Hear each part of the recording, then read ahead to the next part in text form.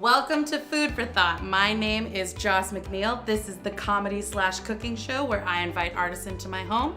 I cook for them, and we bring back some good old-fashioned family dinner table conversation. Joining us on the show today, we have my friends Chantal Marostica, Anna Simone George, and Tracy Hamilton, and I show you how to make a baked brie for your very own dinner table conversation. So let's get started. So this is actually my friend Vanessa's recipe. Shout out to Vanessa for teaching me how to make the most simple appetizer in the world. What you're gonna need is a brie wheel. I like to do smaller and cheaper because it takes less time for the heat to penetrate the cheese. You need some consolation honey that you get from your siblings when they eat all of your food and drink all of their beer and want to give you something sweet in return, as well as some pumpkin seeds.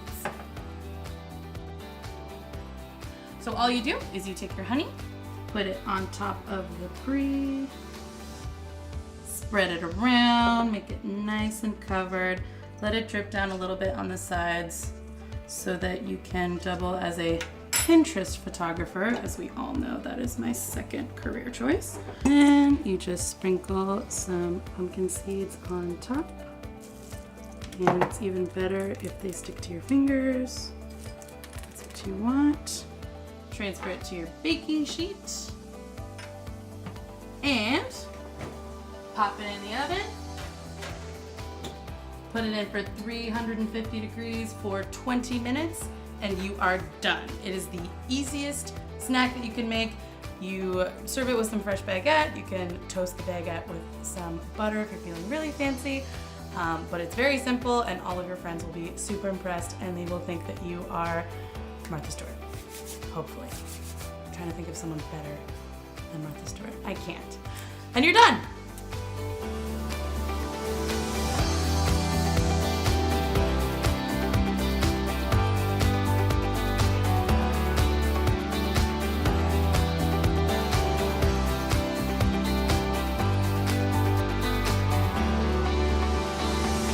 I want to jump in and talk about the positives of comedy. I feel like every time we have conversations like this about comedy, it's so easy to get right into the negatives of what the profession is, which is, you know, all the shitty people that go along with what that shitty scene. people? Comedy's amazing. Oh my god, none of them. You don't know anything about shitty Everyone is shitty great. guys in All comedy. comedians are wonderful. I all love of them. everyone. Was Was that convincing?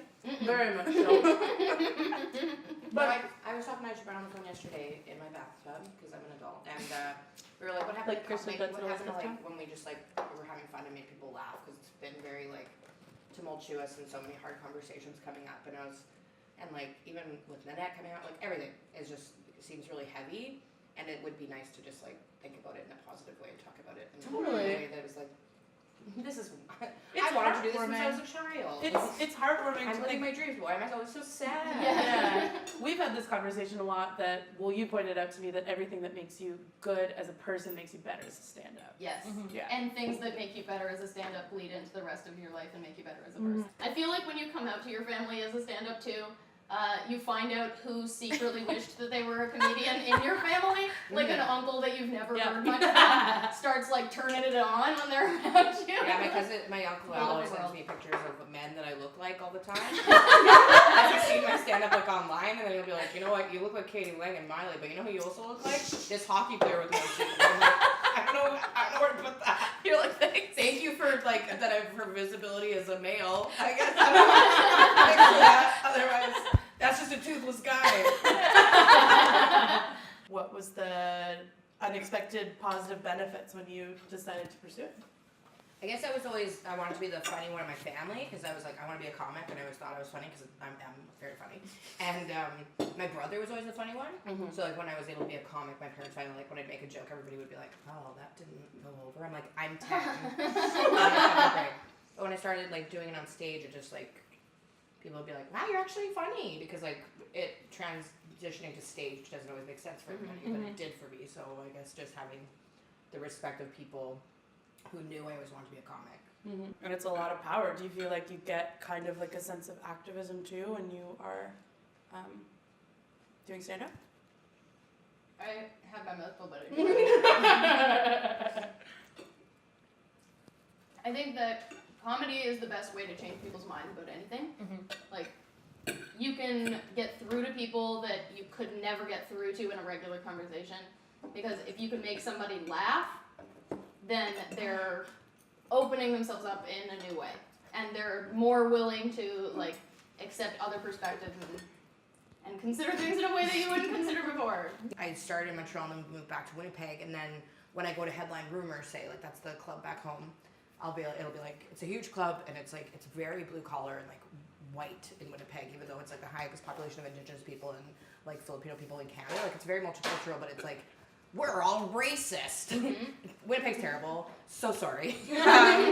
But I'll walk in, like, and they'll be like, headliner should tell Marostica. And there's all these men, like, with their Winnipeg Jets hats and their nachos in front of them. And they're like, I'm upset. This is that a girl? And I'm like, oh, wait till you hear I'm trans, idiot. And they're so mad. But by the end of hearing me for an hour, and, like, I tell jokes, but I also, like, educate people while I'm telling them. So by the end of you just slowly see their arms uncrossed, and at the end, like, you remind me of my son or my daughter or their dog, whatever thing they're gonna say to me. You change people's minds about yourself and about your comedy, and like people that would be like, "That's a gay," or like, "I can relate to you because we laugh about the same things and we're the same people even though we're so different." I feel like most of the time when somebody's like really prejudiced against a particular group or something, it's because they just literally know no people who belong to that group. Yeah, and have never been able to have a one-on-one conversation with somebody from that community. So I feel like you get to be kind of a representative and make it like a conversation, so that they're like, I know somebody who's trans. Yeah, I know that. Now I know. Yeah, I've always thought that like the best way to drive home any message is to get someone to laugh about it. Because if you're laughing, you're learning. You remember comedy and you remember the way that you felt when you were learning something. If it was positive and it made you laugh, like it sticks in your brain a lot. People also have an issue with authority. So when you try to talk seriously to people, there's something about us all that, like, we turn into 6-year-old kids and you're like, nobody tells me what to do. I will go out of my way to do exactly what they've told me not to do if they come off that way. And I'm like, so that's why, like, as a comedian, you're able to reach people a little bit more because you're approaching it with humor.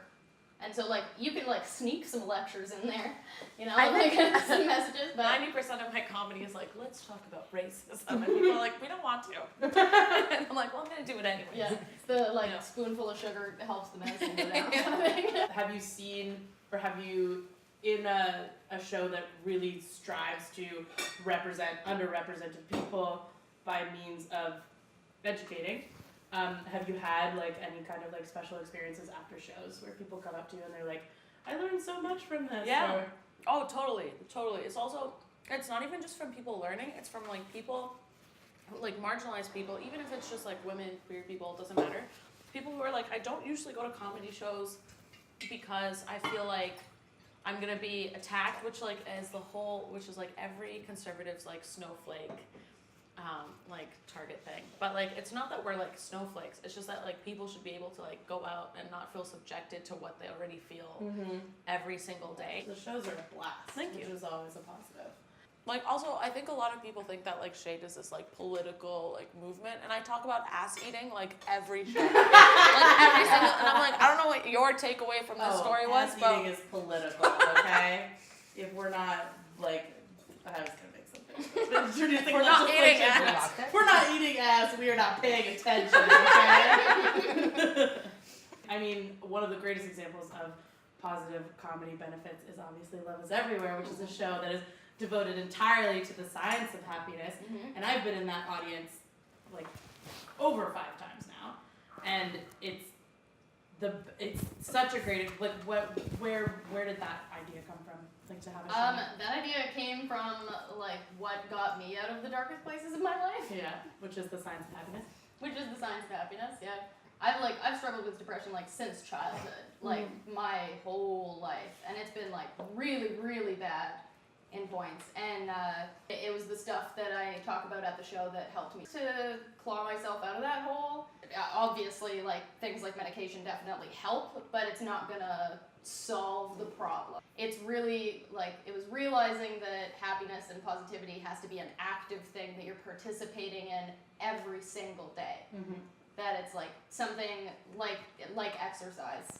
You know what I mean? Like you have to keep doing it. You don't just like go to the gym for like a few months and then you're like super fit for the rest of your life. What the fuck? What? Yeah, I know, right? Isn't that a shocker? I went to the gym like 6 months ago and I was like, oh good. Still feel great. Yeah, check out the guts. So I've just kind of like created this tool belt, and then I don't know. I try to do my best to like share what I've learned with the people who are in my life and stuff. And now I've found a way to do that like to an audience. I do struggle a bit with like it not being all comedy. No, like for sure, at least 30% of the show is like pretty dark or like not necessarily comedy, or it's like just educational and points But I and think just that's- interesting. I think need that's that so balance. beautiful because like when I went through this phase where I wasn't performing and I was like, I'm just gonna go support my friends for a whole week, and it was every single day of watching stand up at Comedy Bar, just listening to like joke after joke after joke after joke, and you're just like, you lose the beauty of it. Like you forget, like once you're at like this high of like laughing at jokes, you're like just there. So like you need that like dip into like sadness and like facts. Yeah. It's just so hard to like be faithful to comedy right now. I feel like it's just such a sad, depressing time in the world, and like especially think- like in Toronto. Yeah, and I think we have like the privilege of like having our own. Like I think of Shade, and I'm sure you think of QAPD in your show as like our little like nesting spots where we're like, oh, I'm so safe here. Yeah. We're like not Yeah. safe in the sense where like I'm not gonna learn. You're not taking risks. You're not taking risks, but like I can take the risks here, and if I get those laughs, I can go do those outside. I was like, I built a queer comedy community. Yeah. I did. I built a queer Yeah. comedy community and took many people saying it to me over and over again for me to be able to like take that for myself, Yeah. because I'm like, no, Totally. we all did it. And I'm like, yeah, it was me. But I get to like every Monday and every like I run like 4 shows now, but every Monday I get to just anytime I want to try out something new, I get to do it in front of people that love me and that will Yeah. understand my voice. And for me, like to be able to see all of the queer comics that have come out, like to see your own voice and when you haven't seen it for your entire life is just such a beautiful thing. We Well, went from a spot where we were like, I was booking queer comics on my show, and I was like, where are they? yeah. Right? Like, And what then I the- was like, I'll find them. and you did exactly that. Oh, Oh, Yeah. this is amazing. isn't it good?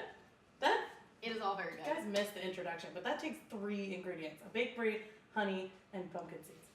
It's really good. It's it. I'm such an idiot. I thought those were like some nut, and I was like, Thank you so much for coming. This was such a great conversation. I'm Yeah, so thank you. blessed to know you 3, and I'm so excited for all the things you're doing. All right, cheers. Cheers. Cheers. Oh, are we supposed to look each other in the eye? I hate that thing. That's like my mom at every I'm single doing thing. it. Good luck. I always hated that because I have terrible depth perception. So if I'm looking you in the eye, my glasses go somewhere totally different. I'm smashing Yeah, with I think it's also a rule of cheersing that the glasses are supposed to touch each other. Yeah. That seems to be the more important rule. Oh, I'm so bloated.